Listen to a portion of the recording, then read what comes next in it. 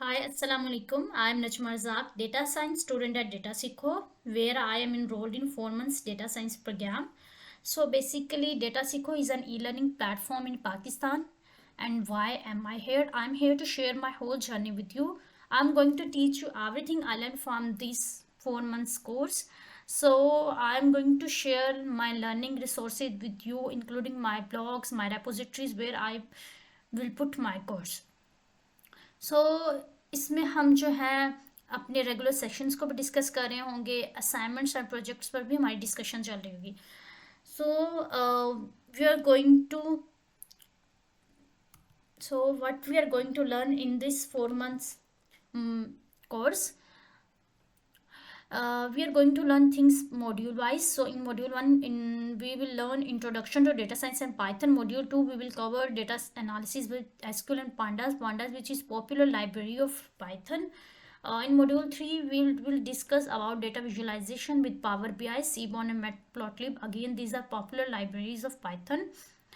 Machine learning module 4 में हम discuss करेंगे. Module 5 natural language processing. Module 6 AWS cloud. Module 7 Apache flow. Module 8 में हम प्रोजेक्ट डेवलपमेंट पढ़ेंगे थ्रू कैपस्टोन. मॉड्यूल 9 में हम ये देखेंगे कि हम जब फाइनल अपना प्रोजेक्ट बना लेते हैं तो उसको प्रेजेंट किस तरह करना है. And I am going to discuss some interview tips and tricks with you guys, जो कि मैं खुद लर्न करूँगी एंड देन आप लोगों के साथ भी शेयर करूँगी. And much more to come. So without any delay चलते हैं आज के टेबल ऑफ कंटेंट की तरफ. आज हम देखेंगे पाइथन बेसिक्स को. आज के लेक्चर में हम पहले पढ़ेंगे वाई पाइथन क्यों चूज़ की जाए. सेकंड पे हम पाइथन बेसिक्स को डिस्कस करेंगे, जिनमें हम variables, data types, type casting, operators और एरर हैंडलिंग को डिस्कस कर रहे होंगे. Why Python. जब भी कोई प्रोग्रामिंग लैंग्वेज चूज़ करने को हम सोचते हैं कि हम कौन सी लैंग्वेज में प्रोग्रामिंग करें, तो सबसे पहले हम ये देखते हैं कि वो हमारा एम ये होता है कि हम लेस लाइंस ऑफ कोड के साथ आउटपुट ज़्यादा से ज़्यादा गेन कर सकें. ऐसी प्रोग्रामिंग लैंग्वेज चूज़ की जा सकती है जिसमें हमें इनपुट कम रिक्वायर्ड है और आउटपुट हम ज़्यादा अचीव कर सकें. एंड नंबर 2 उसकी परफॉर्मेंस, कि वो कितनी जल्दी उसका कोड जो एग्जीक्यूट होता है वो कितनी फास्ट चलती है. नंबर 3 इस वर्सेटिलिटी, मीन्स के वो उसमें कितनी लाइब्रेरीज हैं, कितने बिल्ट इन फंक्शंस हैं जो कि हमें एडवांटेज दे सकते हैं.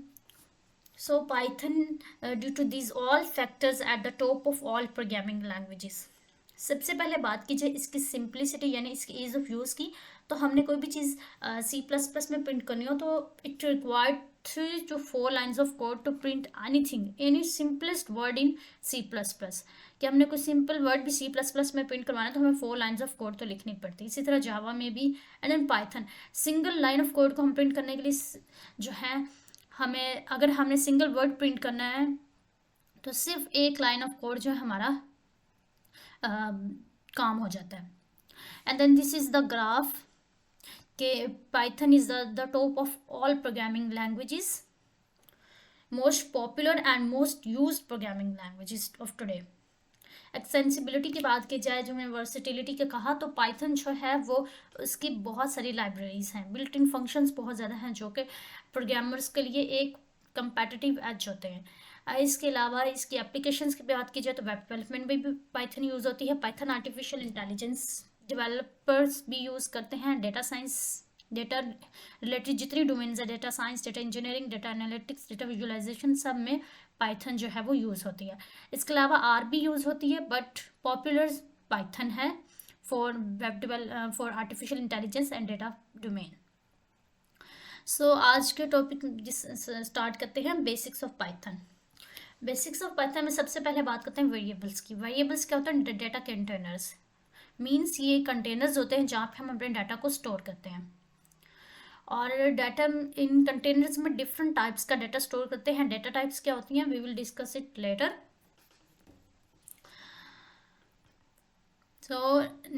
नेम ऑफ स्टूडेंट, जैसे हमारा एक वेरिएबल है, हम वेरिएबल्स के भी कुछ रूल्स होते हैं, लाइक उसका वो किसी डिजिट से स्टार्ट ना हो और कैपिटल अल्फ़ाबेट से भी स्टार्ट ना हो.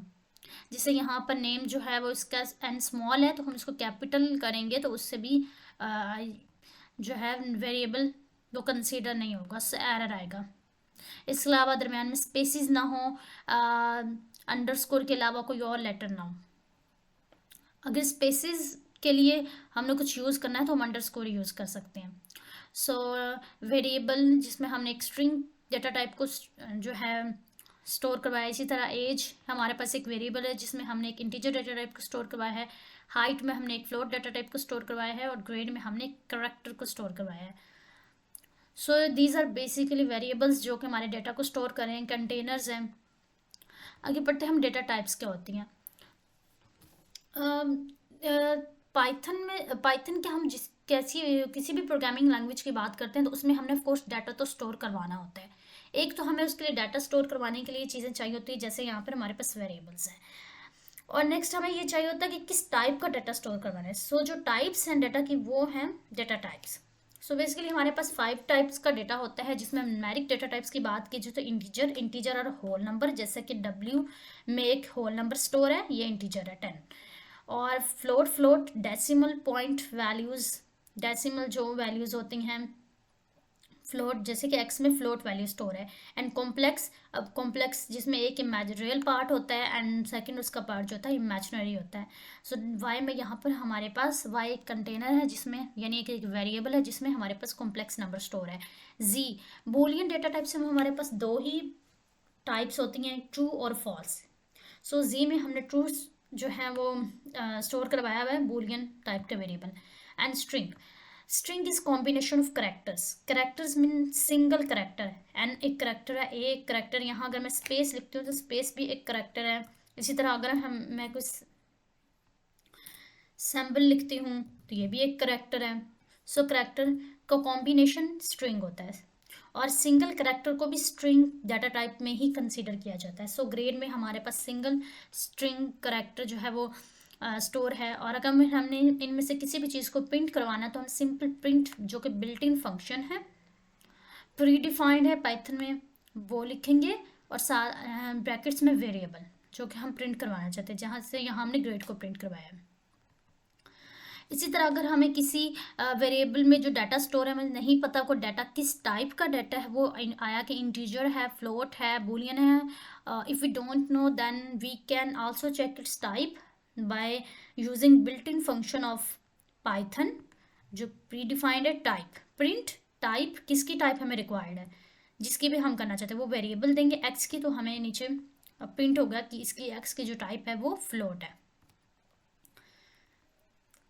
Number 3 type casting. Type casting is conversion, एक डेटा टाइप से दूसरी डेटा टाइप में कन्वर्जन। जैसे आप इंटीजर से फ्लोट में कन्वर्ट कर सकते हैं, फ्लोट से इंटीजर में कन्वर्ट कर सकते हैं। लाइक हमारे पास जहाँ पर एक एक्स में इंटीजर है but we want to convert it into float, X is equal to simple हम फ्लोट लिखेंगे जिसमें कन्वर्ट करना है, किसको कन्वर्ट करना है वो ब्रैकेट्स में आ जाएगा, सो ये फ्लोट में कन्वर्ट हो जाएगी। अब जो फ्लोट है वो पॉइंट वाली वैल्यूज होती हैं, बट ये एक सिंपल इंटीजर है, सो जब ये पॉइंट में कन्वर्ट होगी तो ये 5.0 हो जाएगी, जैसे कि नीचे प्रिंट किया हुआ है। तो अब अगर इसकी हम टाइप चेक करेंगे, प्रिंट टाइप एक्स, तो आएगी ये फ्लोट, क्योंकि ये इंटीजर फ्लोट में कन्वर्ट हो चुका है। नेक्स्ट हमारे पास y है, y में एक फ्लोट वैल्यू स्टोर है 10.5, इसको हम इंटीजर में कन्वर्ट करना चाहते हैं, सिंपली इंट जिसको हम कन्वर्ट करना चाहते हैं वो ब्रैकेट में, सो प्रिंट करेंगे तो ये हमारे पास ब्रैकेट्स में इंटीजर में कन्वर्ट हो जाएगा। तो जब ये इंटीजर में कन्वर्ट होगा तो सिंपल जो होल वैल्यू होगी वो आ जाएगी, जो डेसिमल के बाद वैल्यू, जो पॉइंट के बाद वैल्यू वो इग्नोर हो जाएगी। सो सिंपली जब ये इंटीजर में कन्वर्ट हो जाएगा तो ये 10 बन जाएगा।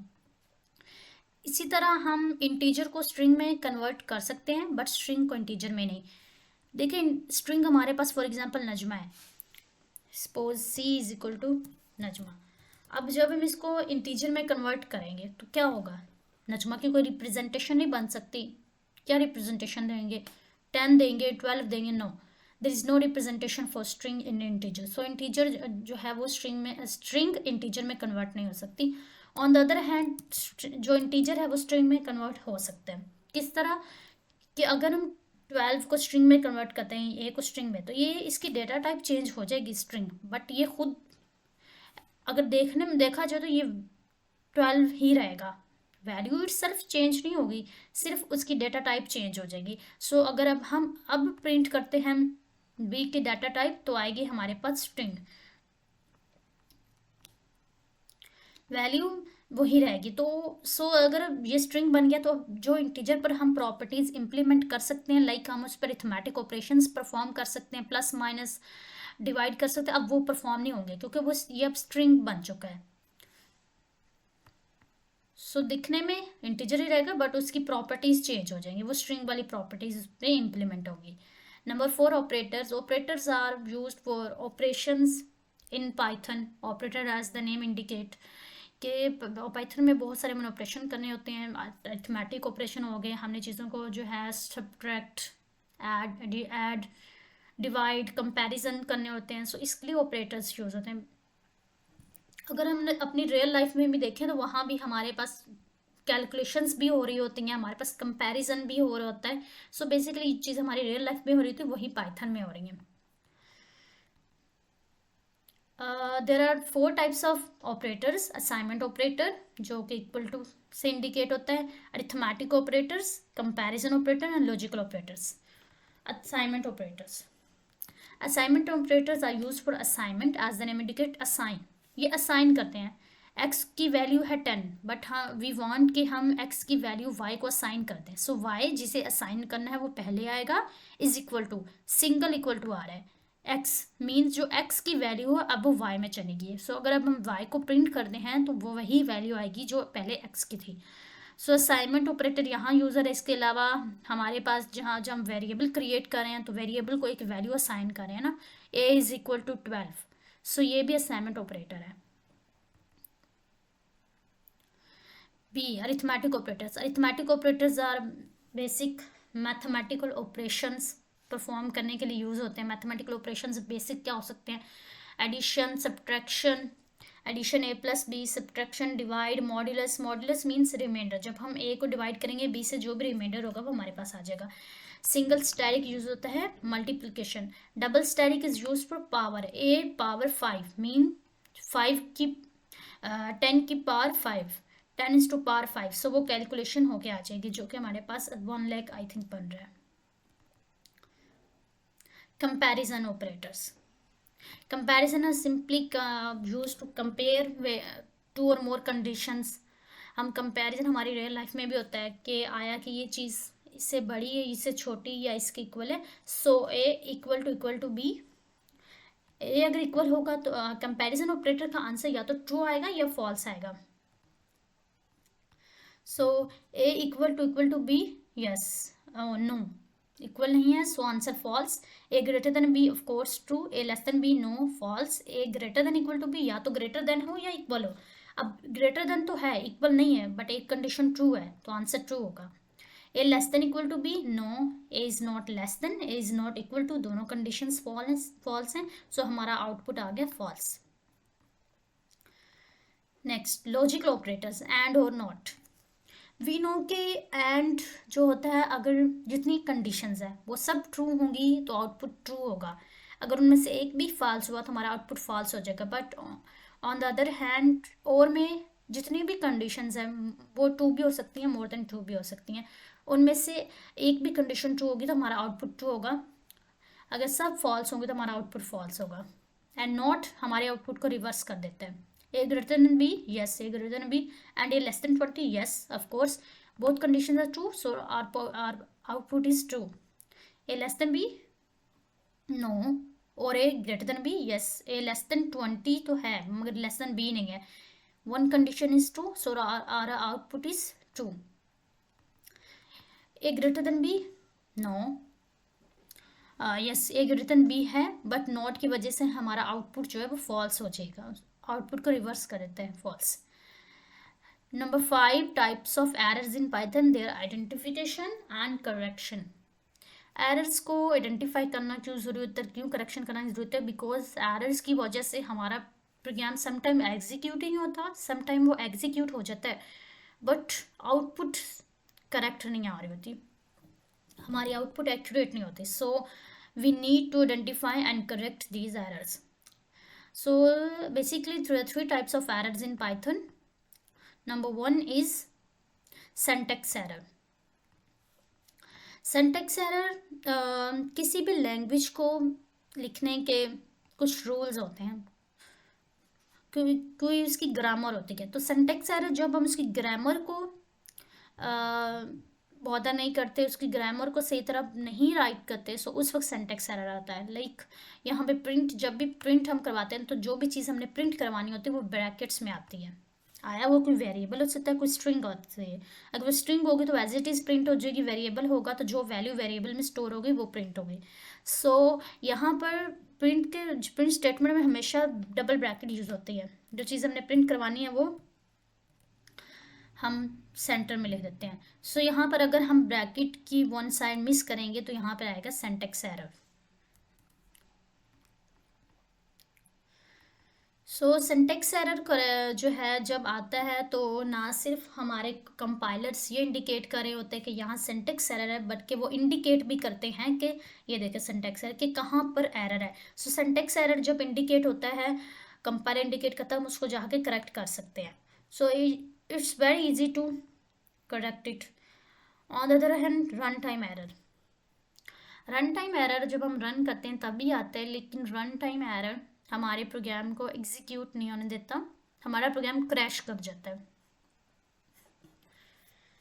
सो रन टाइम एरर जो होते हैं वो डिफरेंट टाइप्स के होते हैं। जो डिफरेंट टाइप होती है रन टाइम एरर की वो इंडिकेशन होती है उसकी, कंपाइलर उसकी इंडिकेशन कर देता है। जैसे यहाँ पर डिवाइड बाय ज़ीरो एरर है, अगर हम 10 को 0 से डिवाइड करेंगे, ऑफ कोर्स 10 0 से डिवाइड नहीं होता, सो एरर का नेम आ जाएगा division, zero division error divide by zero. So जब हमें पता चल जाएगा कि हमारा क्या एरर है तो हम उसको जाके करेक्ट कर सकते हैं। अगर हम उसको करेक्ट नहीं करना चाहते तो हम उसको हैंडल भी कर सकते हैं, एरर हैंडलिंग हम पढ़ेंगे। Next logical errors. Logical errors ऐसे एरर होते हैं as the name indicate it is due to flawed logic, हमारी लॉजिक सही नहीं होती।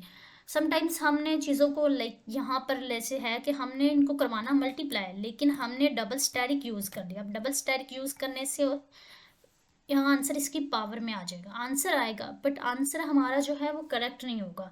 सो लॉजिकल एरर में आउटपुट आता है लेकिन आउटपुट रॉन्ग होता है। सो लॉजिकल एरर को इंडिकेशन करना और इसे करेक्शन करना बहुत मुश्किल होता है, क्योंकि हमें समझ नहीं आ रही थी कि हमने एरर कहाँ पे किया है, क्योंकि कंपाइलर तो एरर शो करता ही नहीं, वो तो आउटपुट देता है ना। सो बेसिकली सबसे मुश्किल काम होता है लॉजिकल एरर को इंडिकेट करना और इसे जाके करेक्ट करना। सो इसके लिए सिर्फ एक ही सोल्यूशन है, जब आप कोड कर रहे हो तो आप बहुत ही फोकस से लॉजिक को ध्यान से लिखें। To handle errors gracefully, errors को कैसे हैंडल करना है, पाइथन में एरर्स को हैंडल करने का एक मेथड है जिसे कहते हैं try and except method. Try में वो हम कोड लिखते हैं जिसमें हमें एक्सपेक्टेशन होती है कि हमारा एरर होगा, कि इस पार्ट में हमारा एरर आ सकता है, वो हम ट्राई में लिख देते हैं। एंड एक्सेप्ट में हम उसको हैंडल करने के लिए कुछ भी लिख सकते हैं, जो भी हम हैंडल करने के लिए टेक्निक यूज़ करना चाहते हैं। इससे क्या होगा कि हमारा प्रोग्राम क्रैश नहीं करेगा। जब हमारे पास रन टाइम एरर आते, ऑफकोर्स सिंटैक्स एरर को आपको करेक्शन करनी पड़ेगी, उसको हम ट्राई एक्सेप्ट में नहीं ला सकते। लॉजिकल एरर में आउटपुट वैसे ही आ जाता है, लॉजिकल एरर में भी आप ट्राई एक्सेप्ट यूज़ नहीं कर सकते, उसको भी अपने करेक्ट करना पड़ेगा आपको। बट हम रन टाइम एरर्स को हैंडल कर सकते हैं। वो कैसे? ट्राई एंड एक्सेप्ट मेथड के थ्रू। इससे क्या होगा कि हमारा प्रोग्राम क्रैश नहीं होगा, प्रोग्राम एरर के बावजूद रन करेगा और वो हमें आउटपुट देगा। सो कैसे होता है कि जो पार्ट हमें लग रहा होता है कि वो एरर दे सकता है वो हम ट्राई में लिख देते हैं, एंड उसको कैसे हमने हैंडल करना है वो हम एक्सेप्ट में, जहाँ जैसे यहाँ पे हमने लिखा होगा 10 डिवाइडेड बाई 0 में एरर होगा, सो ये ट्राई है, ट्राई में एंड और एक्सेप्ट में क्या, कैन नॉट डिवाइड बाई 0। इससे क्या होगा कि हमारा प्रोग्राम का जो भी आउटपुट फाइनल आना होगा वो आ जाएगा, प्लस ये लाइन भी प्रिंट हो जाएगी।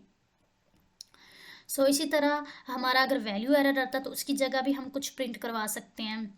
एंड एल्स भी यूज़ होता है, यानी एरर के बाद क्या करना। अगर एरर नहीं आता, हमें देखें हमें एक्सपेक्टेशन है ना कि एरर आएगा, बट हमें फाइनल हमें पक्का नहीं है कि एरर आएगा। सो इस केस में हम एल्स यूज़ करते हैं कि अगर हमारा एरर नहीं आता सो आप एल्स को यूज़ करके डिसीजन सक्सेसफुल, ये लाइन प्रिंट हो जाएगी।